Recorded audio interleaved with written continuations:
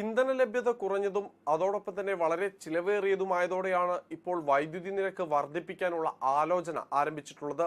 Central electricity അതോറിറ്റിയാണ് ഇത് സംബന്ധിച്ച ശുപാർശ വൈദ്യുതി കമ്പനികൾക്ക് നൽകിയിട്ടുള്ളത്. ശുപാർശ പ്രകാരം ഫിക്സഡ് ചാർജുകൾ ഉയർത്തുകയാണ്. അതായത് ജീവനക്കാരുടെ ചിലവുകൾ, അതായത് ശമ്പളം ഉൾപ്പെടെയുള്ള ചിലവുകൾ, മറ്റ് അലവൻസുകൾ, വൈദ്യുത വിതരണത്തിലെ പ്രസരണ നഷ്ടം ഉൾപ്പെടെയുള്ള കാര്യങ്ങളിൽ അല്ലെങ്കിൽ അത്തരം ചിലവുകൾ കൂടി ഉപഭോക്താക്കളിലേക്ക് എത്തുന്നതാണ് പുതിയ ക്രമീകരണം. നിലവിൽ ലഭിച്ചുകൊണ്ടിരിക്കുന്ന ബില്ലിൽ വൈദ്യുതി ഉപയോഗിക്കുന്ന യൂണിറ്റിന്മേലാണ് ഈ ചിലവുകൾക്ക് ആധാരമായ ഫിക്സഡ് ചാർജുകൾ ചുമത്തുന്നത്. പക്ഷേ ഇനി വരാൻ പോകുന്ന സമയത്ത് വൈദ്യുതി കുറച്ചുപയോഗിച്ചാലും വൈദ്യുത ബില്ലിൽ ഭീമമായ തുക ഈ ഫിക്സഡ് ചാർജായി ഉൾപ്പെടുത്തും.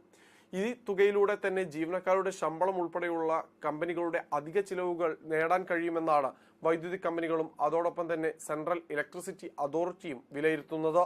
ഈ ശുപാർശ അംഗീകരിക്കപ്പെട്ടാൽ കേരളത്തിലും അതോടൊപ്പം തന്നെ രാജ്യത്തിന്റെ വിവിധ ഭാഗങ്ങളിലും വൈദ്യുതി വിതരണം നടത്തുന്ന കമ്പനികൾ ക്രമാനുഗതമായി ഈ നിരക്ക് ഉയർത്തുകയും ചെയ്യും. തത്ഫലമായി വൈദ്യുതി ബില്ല് ഏറെ ചിലവേറിയ ഒന്നായി മാറും. വൈദ്യുതി ഉപയോഗിക്കാതെ സോളാറിനെ ആശ്രയിക്കുന്നതും അതോടൊപ്പം തന്നെ വലിയ കമ്പനികൾ ഇത്തരത്തിൽ വൈദ്യുതി ഉൽപ്പാദിപ്പിക്കുന്നതിനും ഊർജോൽപാദനത്തിനുമായി മറ്റു മാർഗങ്ങൾ തേടുന്നതുമാണ് ഇപ്പോൾ വൈദ്യുത വിതരണ കമ്പനികളെ നഷ്ടത്തിലേക്ക് നയിക്കുന്നത്. ചൂട് കൂടിയ സാഹചര്യത്തിൽ വൈദ്യുത ഉപയോഗം കൂടുന്നുണ്ട് എങ്കിൽ തന്നെയും ഇപ്പോൾ പ്രസരണ നഷ്ടവും കമ്പനികൾക്ക് വ്യാപകമായുണ്ട്. ഈ നഷ്ടവും ഉൾപ്പെടെയുള്ള ചിലവുകളും ഉപഭോക്താക്കളുടെ തലയിലേക്ക് എത്തുന്ന രീതിയിലാണ് പുതിയ ക്രമീകരണമുള്ളത്.